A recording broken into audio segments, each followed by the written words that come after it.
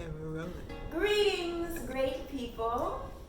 This is the Antoinette Shine coming to you with a new video and a special guest, the lovely London Brown. I wanted London to join me today because we share something in common. What's that? Can you guess? Can you? I don't know you can. Well, if you read the title, you can. We are virgins. And I'm proud of it. Very proud of it. I mean, in our life's journey, both of us have decided to save ourselves for marriage, which is a very beautiful thing, and we're very proud of it. But in today's society, being a virgin is pretty much a rarity. Yes. But even with us being rare, doesn't mean that we're not real. And in that vein, today we are going to discuss a few things that we hear as virgins that we wish we wouldn't. That we really wish we would. You want to start with the first one? Yes. So the first one is skepticism, i.e., you lied. No. Not sure. Can't be. Or my favorite, you sure? Oh yeah, are you sure? As if we kind of forgot. Right. You know? Like, no. I'm very sure. You get that question, and I do understand that in today's society, there are people who do, unfortunately, lie about that fact. Yeah. And it does cause questions. But with the way that I and London carry ourselves, it's a very reasonable assertion, I feel.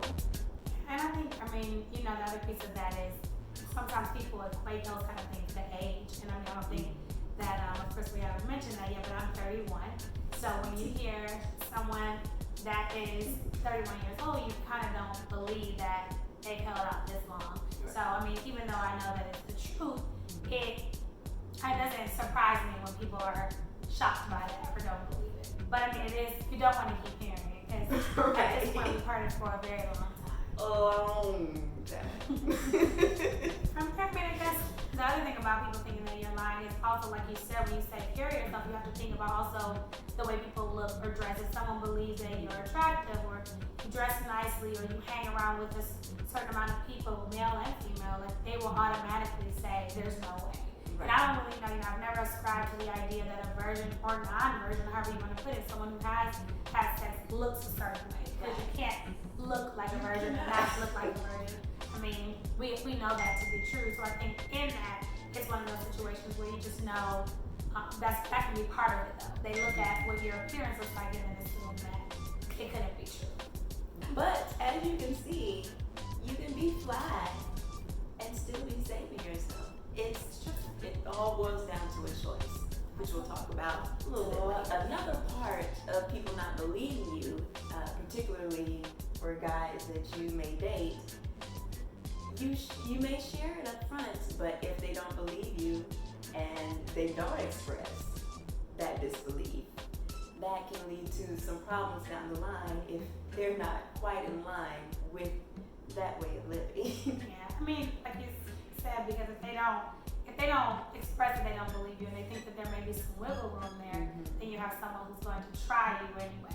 Right. And I mean, I've been in situations like that where someone's like, well, you know, or even see how much you'll do up to that point. So it's like, so you don't have sex, but will you do this? Or even just try to get you to have sex because they don't believe that you actually are a virgin. You just may be waiting for the right person, not necessarily marriage, just waiting for the right guy. Or they just need to be the one guy that breaks that mold, right?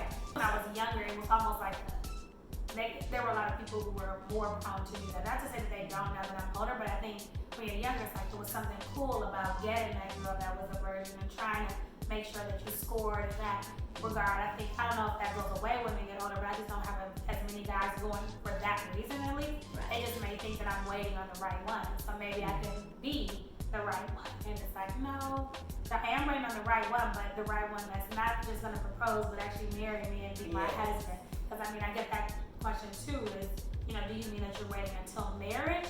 or until you have a committed relationship or a ring. But a ring is not a marriage. It's not the full commitment. Say that. Yes.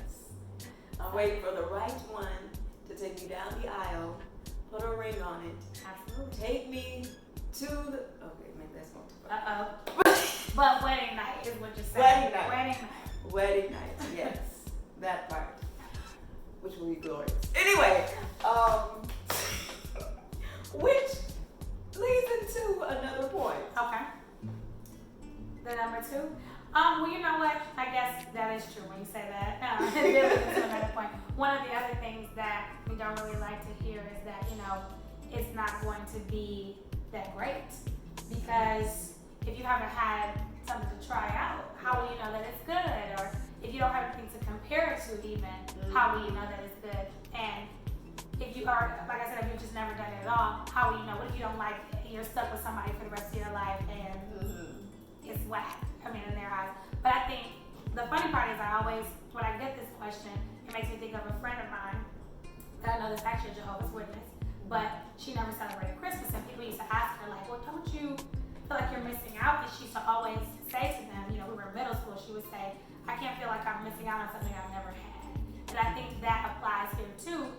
What am I comparing? It's actually not having a comparison that makes it better. Right. It's going to be the greatest to me because it'll be all that I've ever had versus having, other people to compare to. And it's no condemnation for people who have done it. Like, seriously, you can be a born-again virgin on any given day. I know friends like that who said that they saved themselves into marriage once they met the person that they were going to marry. And when they did it again, it was like the very first time. So it's in no way to put anybody in that, but I think there's something about not having comparison that takes that away. I trust God in every other area of my life, my job, my finances, and things that I want. I would not trust that He would give me a mate that would be satisfied. Exactly, and that's the way that I choose to look at it. I don't know about you, but I get real candid with my talks with Jesus. So we've had this conversation where I'm just like, okay, Lord, I'm doing it your way, so I'm gonna need you to bless all of this situation. 100%. All of it, and I trust that He will.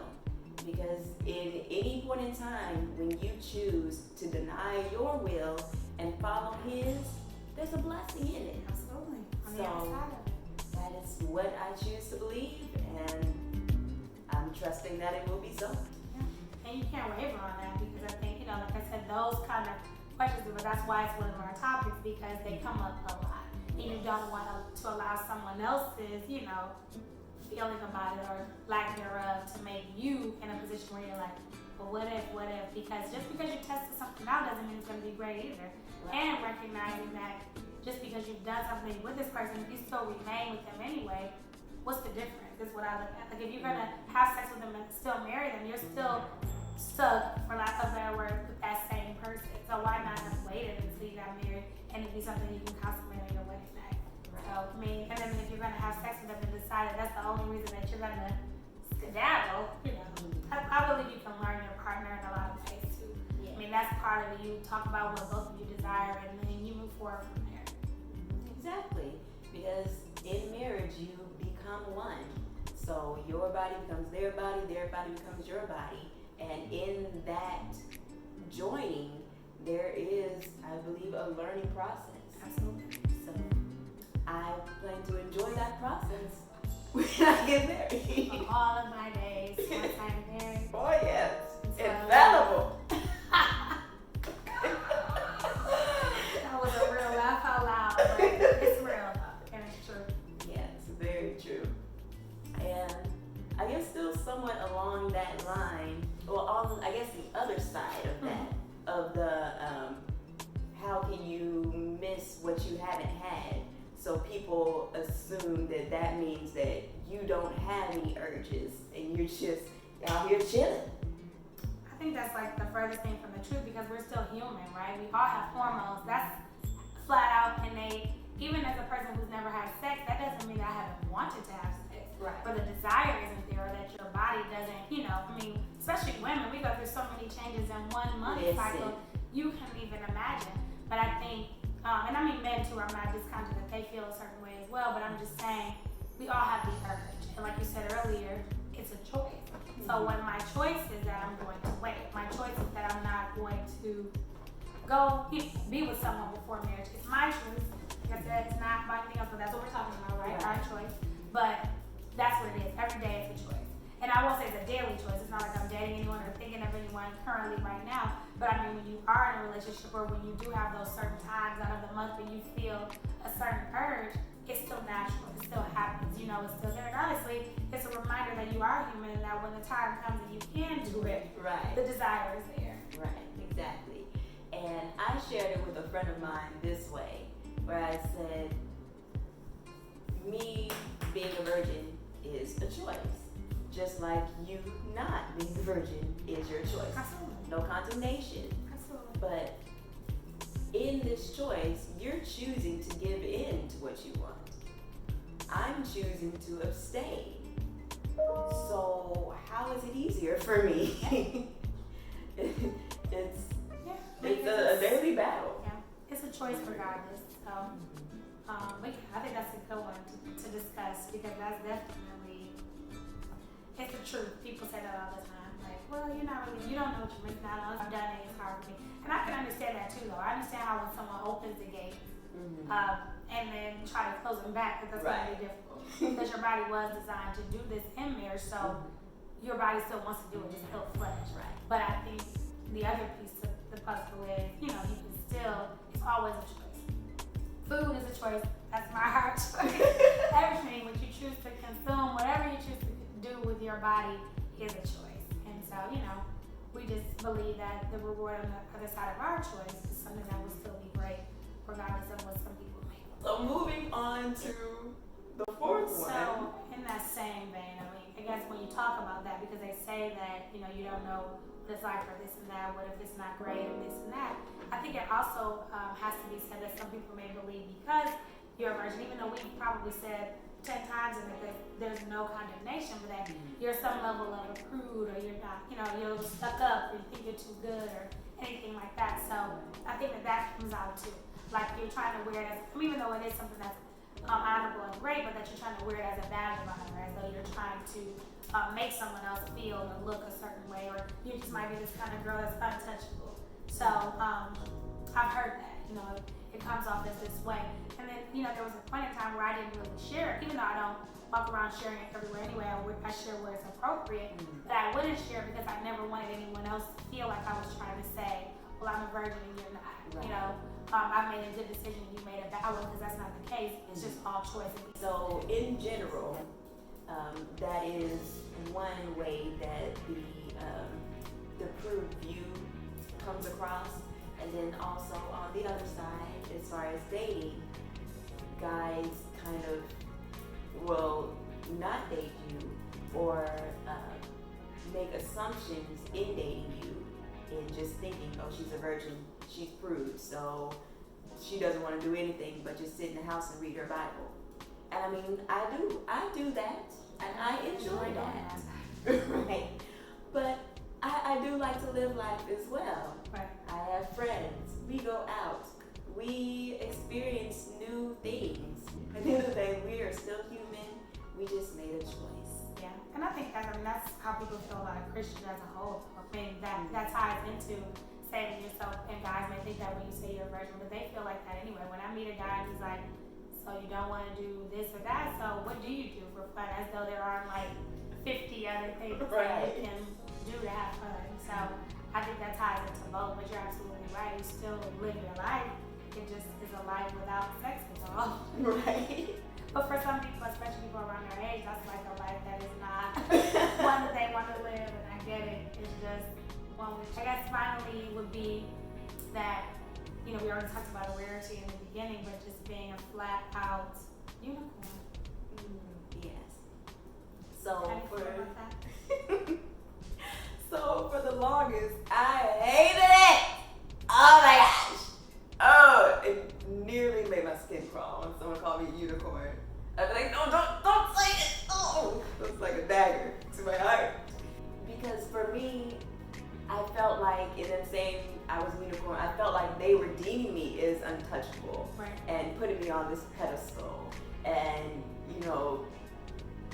treating me or laying the groundwork rather to treat me different.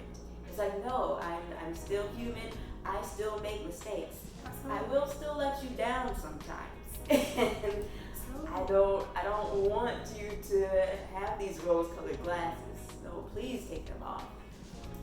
But I think that will come back to like the way that people view sin, right? Because they think because you do something that they may believe they're not doing, that everything else must be right.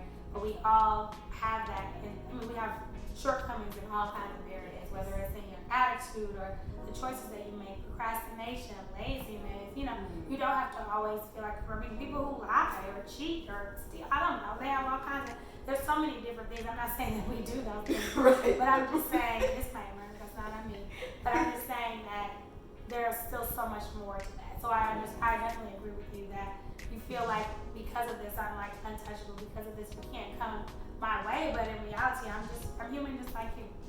Make mistakes just like you. Cut and print. It's true though. I mean, it's not that I don't see a guy and that I'm attracted to, or that, dare I say it, sometimes believe that I'm sexually attracted to. But I think that it's just a difference between whether I'm going to do it because of a decision I made a long time ago. There's just nothing that will come of it as far as sex is concerned. But there's still, we all just make different types of mistakes, is my whole point. So you can't look at someone who is a virgin or this or that and just think that means their life is just all the way right. Because I failed myself, and I'm sure I failed God in other areas many times before. So, this may be, and this is still an area that is a battle, right? You still have to make a choice daily. It's not like you make a choice one time and it's never difficult. I haven't been in a relationship in many modes, but when I was in one, that, it becomes even more challenging because you're near someone who you do love or appreciate or care for or whatever, want to be near, and you have to find that balance between being close without getting too close. Right. And that is not an easy balance to make because the heart is wicked. The flesh is weak. And the flesh is weak.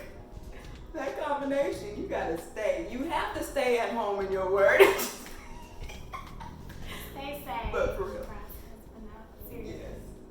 But also in my growth and it being called a unicorn so many times, I've come to embrace it because I have chosen a different path than what most are choosing in this day and age. I've chosen not to let it be a negative distinction.